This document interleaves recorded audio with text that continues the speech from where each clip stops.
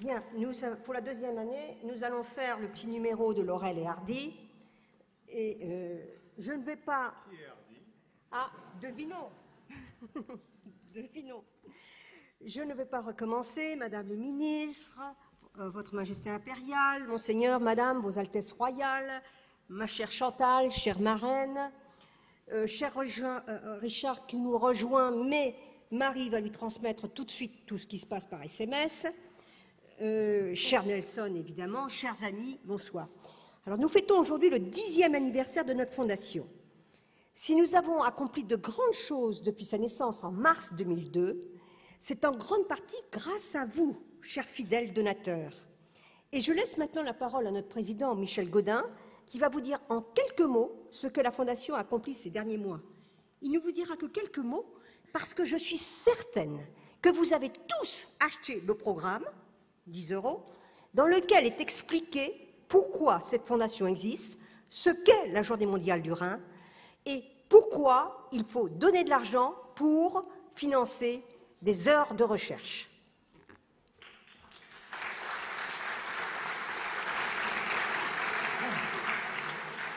Merci Brigitte. Quelques mots, comme d'habitude, je suis aux ordres de Brigitte, donc j'ai reçu le discours que m'a écrit Brigitte il y a 10 minutes. Il y a 6 pages. Et je vais donc résumer en quelques mots ce discours de 6 pages. Dans ce discours, il y a déjà tous les remerciements qui ont été adressés à chacune des personnalités qui sont ici présentes. Je voudrais surtout remercier l'ensemble des participants. Et je dois dire que quand je vois cette salle, il y a une certaine émotion parce que quand nous avons choisi la salle Gaveau, on pourra peut-être vous expliquer pourquoi nous n'avons pas fait ça comme l'an dernier à la Sorbonne. Nous avions l'impression que nous ne pourrions pas remplir cette salle Gaveau. Et grande surprise, eh bien, cette salle est tout à fait pleine. Et je dois vraiment tous vous remercier de votre présence. Et puis, il y a une personne que je veux remercier, vraiment, très sincèrement. Alors, vous la connaissez, elle est incontournable. Elle est quelquefois brownienne dans son agitation, mais elle est d'une efficacité, puisque le mouvement brownien est à la base de tout, elle est d'une efficacité absolument extraordinaire. C'est elle qui a, alors bien sûr, on a cité toutes les personnes qui ont participé, mais c'est elle qui est à la base de tout, c'est elle qui a tout fait, les programmes, etc. Oui, bien sûr, quelques coups de téléphone, quelques mails, etc., à des heures. Je ne sais pas d'ailleurs à quelle heure elle travaille, bon bref, et surtout à quelle heure elle dort. Donc merci et tous nos applaudissements pour Brigitte Lantz.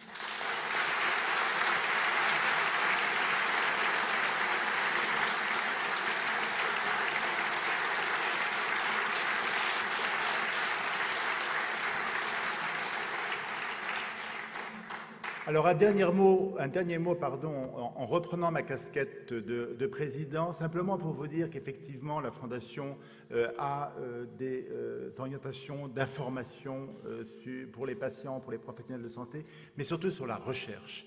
Et je voudrais vous dire que cette année, nous avons eu le grand plaisir d'avoir 2 nouveaux prix qui ont pu être créés grâce à la générosité de Richard et de Marie Berry, pour le prix Don de soi, don de vie sur la transplantation rénale et de Thierry Dassault pour la recherche au syndrome néphrotique et nous leur en sommes très reconnaissants.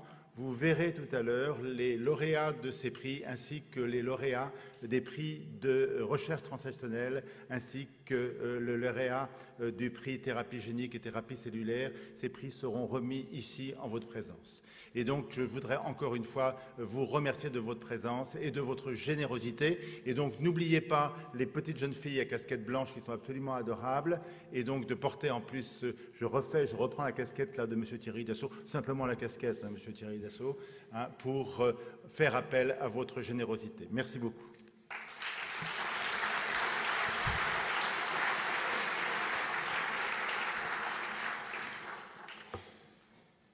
Merci, cher Michel, pour ces mots très gentils que tu viens de prononcer.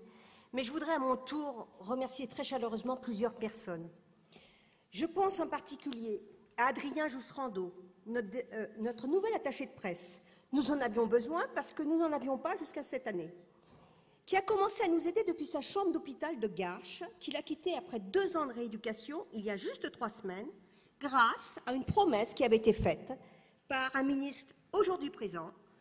Je pense à Madame Roselyne Bachelot-Narquin et Marianne Monchamp, qui malheureusement est à Londres et qui va recevoir au nom de la France le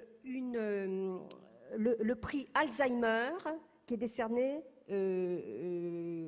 puisque la France a fait un travail absolument remarquable sur la maladie d'Alzheimer. Donc c'est pour ça qu'elle n'est pas là ce soir. J'ai un petit message d'elle. Je vous lirai quand on aura un petit moment. Alors, Adrien, de sa chambre d'hôpital, qu'il a quitté après 2 ans de rééducation, est la preuve vivante que même d'un fauteuil roulant, on peut travailler avec talent. J'espère qu'il va très vite retrouver un travail dans les musées, ce qui correspond à sa formation d'ingénieur en communication. Je pense qu'il y a beaucoup de gens de la culture ici qui vont l'aider. J'aimerais que nous l'applaudissions parce que vraiment, il nous a aidés et nous a fait faire des pas de géant.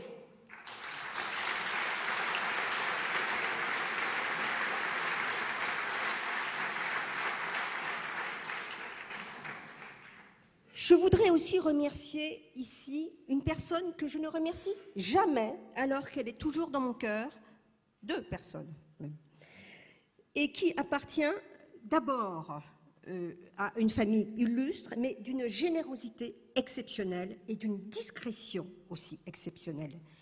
Je pense à Nicole et à Serge Dassault qui nous font l'honneur d'être là ce soir, et aussi à Marie-Hélène Habert, qui est leur fille, et qui se donne un mal fou pour nous aider, toujours avec une grande discrétion, mais beaucoup d'efficacité. Je ne suis pas sûre.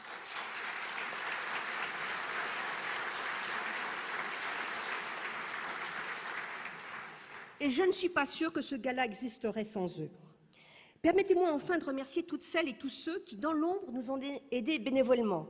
Je passe en vitesse, Luc Loriot et son épouse Marie-Jacqueline, qui ont accompagné avec enthousiasme cette équipe exceptionnelle de jeunes du Rotaract Club de Paris, mais aussi Sylvia Ponce, qui a accompli un travail de titan avec la réalisation de toutes les maquettes de la soirée, Jacqueline Poulain, toujours là, présente, disponible, pour aider à toutes sortes de choses, dans la discrétion, Hilaire Multon et notre webmaster Quentin Mulder, qui est néphrologue à Avignon et qui répond toujours à toutes nos exigences avec une abnégation et un courage, et il en faut avec nous. Mais surtout, je voudrais vous dire quelques mots plus personnels au sujet d'une amie qui nous a accompagnés depuis 10 ans et qui vient de nous quitter. C'est à elle que nous dédions cette soirée de gala. Je veux parler de mon amie et de notre amie, Sophie Nivière. Ce n'est jamais facile de parler d'une amie qui vient de vous quitter, avec un courage et une dignité exemplaires, surtout quand cette personne était d'une discrétion exceptionnelle. Depuis de nombreuses années, une profonde affection et admiration m'unissaient à Sophie, ainsi qu'à sa famille, à tel point qu'elle est devenue un petit peu ma petite sœur de cœur, comme elle aimait à le rappeler. Sophie était un être rare, pleine d'humour, avec un sens de la dérision et de l'autodérision qu'elle maniait avec talent. Cette jeune femme raffinée et cultivée, pleine de pudeur, mettait sa famille au-dessus de tout, lui vouant un véritable culte. Bien sûr, ses amis les chats leur volaient parfois la vedette, car telle Saint François d'Assise, Sophie nourrissait tous les chats de la manufacture des Gobelins qu'elle rencontrait. Elle allait même chercher des parents adoptifs pour leur château, et très persuasive, elle arrivait toujours à ses fins dans ce domaine, comme dans bien d'autres d'ailleurs. Sophie a connu très jeune la maladie, mais a su la surmonter avec un courage qui forçait l'admiration.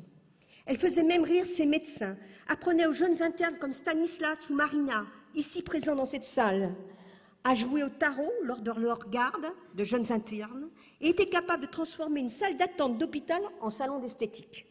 C'est comme cela que je l'ai rencontrée il y a près de 30 ans. Si nous nous sommes souvent aidés mutuellement à des moments difficiles, je dois remercier Sophie pour l'extraordinaire leçon de vie qu'elle m'a donnée. C'est elle, si artiste dans l'âme, qui a eu l'idée de m'offrir une sanguine, un fusain et une craie, et qui m'a redonné par le dessin le goût à la vie à un moment où je le perdais.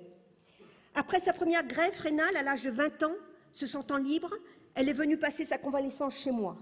Elle a très vite transformé l'appartement en atelier de dessin et nous nous mitonnions de merveilleux petits plats tout en respectant le régime pauvre en sel, en faisant bien avant l'heure concurrence aux émissions d'art culinaire si à la mode actuellement. Sophie avait des mains admirables et réalisait aussi de merveilleuses sculptures. Elle a illustré tous les programmes de musique des concerts que j'organisais, que ce soit pour les grands concerts de Paris-Île-de-France avec Jean-Pierre Lauré et pour le gala de la Fondation du Rhin. Elle militait aussi pour la cause du don d'organes à travers la Fondation, mais aussi comme conseillère artistique de l'association Don de Soi, Don de Vie que présidait Marie Berry. Quelle joie de la voir reprendre ses études, réussir ses concours, devenir chef d'atelier au Gobelin où elle a tant donné.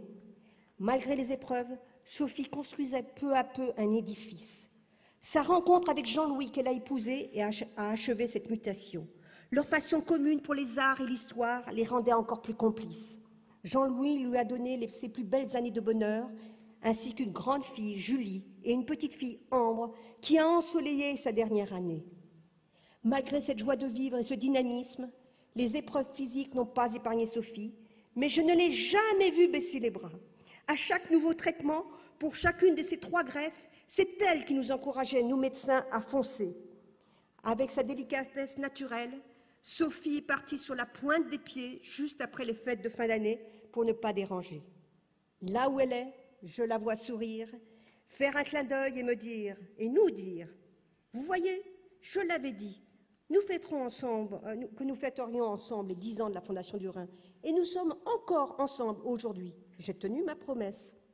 Ma petite Sophie, tu resteras toujours dans notre cœur, et ton exemple est en quelque sorte la raison d'être de cette fondation que tu as accompagnée dès sa naissance. »